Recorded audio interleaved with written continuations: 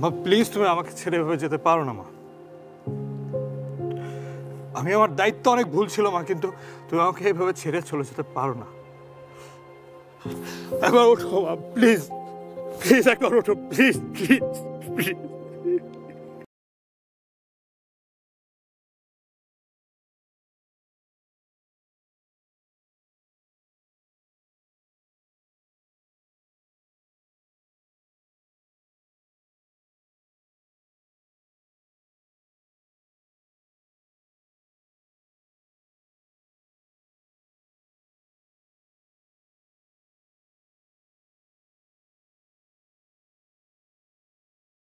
আহ, একটু কম মনোযোগী মনে হচ্ছে, তাই না? নাকি একটু নার্ভাস আমি বেশি? যদি একটু সুযোগ দেয় আমি বলবো। তো আমি 21 সালে স্যারের সাথে একটা স্ক্রিন শেয়ারিংয়ে স্যার আমাকে বলেছিল তোর ভিতরে একটা আগুন আছে, হাতটা ধরে এরকম, তোর ভিতরে একটা আগুন আছে, তোর মনে হয় একটু ঝালাই করা উচিত। আগুনটা একটু দেখতে চাই এখন। তো আমি গিয়েছি, তো স্যার এই লাস্ট মহিলা সমিতিতে যে নাটক করেছি স্যারের পায়ে সালাম করে গিয়েছি আমি।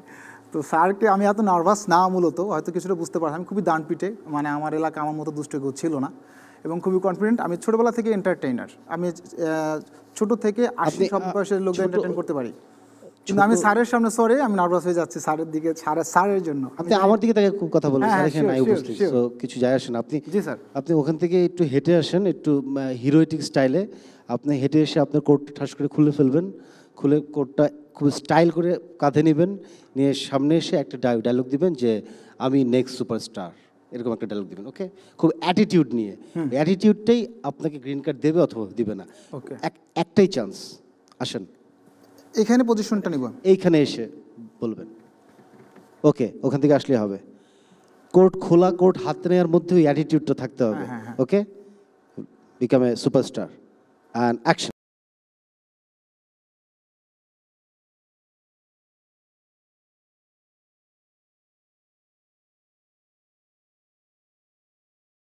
আসলে গ্রিন কার্ড পাওয়ার পরে আরেক ধাপ, তো আবার যখন এলাম একটা স্ক্রিপ্ট দিল 5টা মনোলগ, সেখান থেকে দুটো নিজের মতো করে চয়েস করে নিজেকে তৈরি করতে হবে এবং জাজদের সামনে দেখাতে হবে।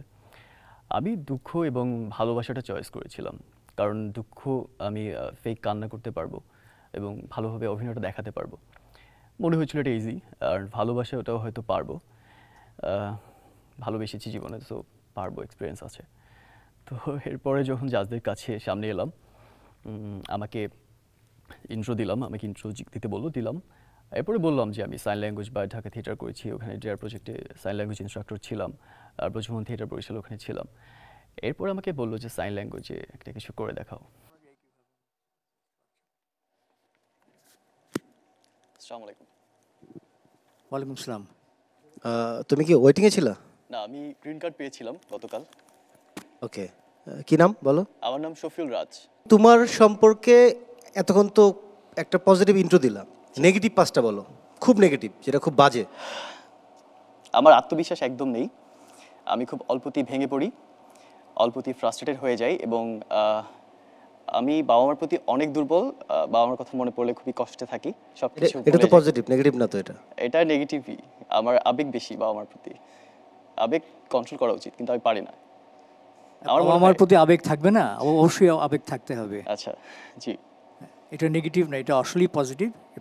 মানে সন্তানের যদি বাবা মায়ের প্রতি আবেগ না থাকে, তাহলে তোমার যে নেক্সট জেনারেশন তাদের প্রতি তোমার এক্সপেকটেশনটা কিন্তু সেরকম থাকবে না। হ্যাঁ, চশমাটা খুলে, তোমার পাশে একটা মেয়ে আছে, ওকে। তাকে তুমি অনেকদিন যাবত পছন্দ করো, তাকে তুমি ভালোবাসার কথাটা সাইন ল্যাঙ্গুয়েজে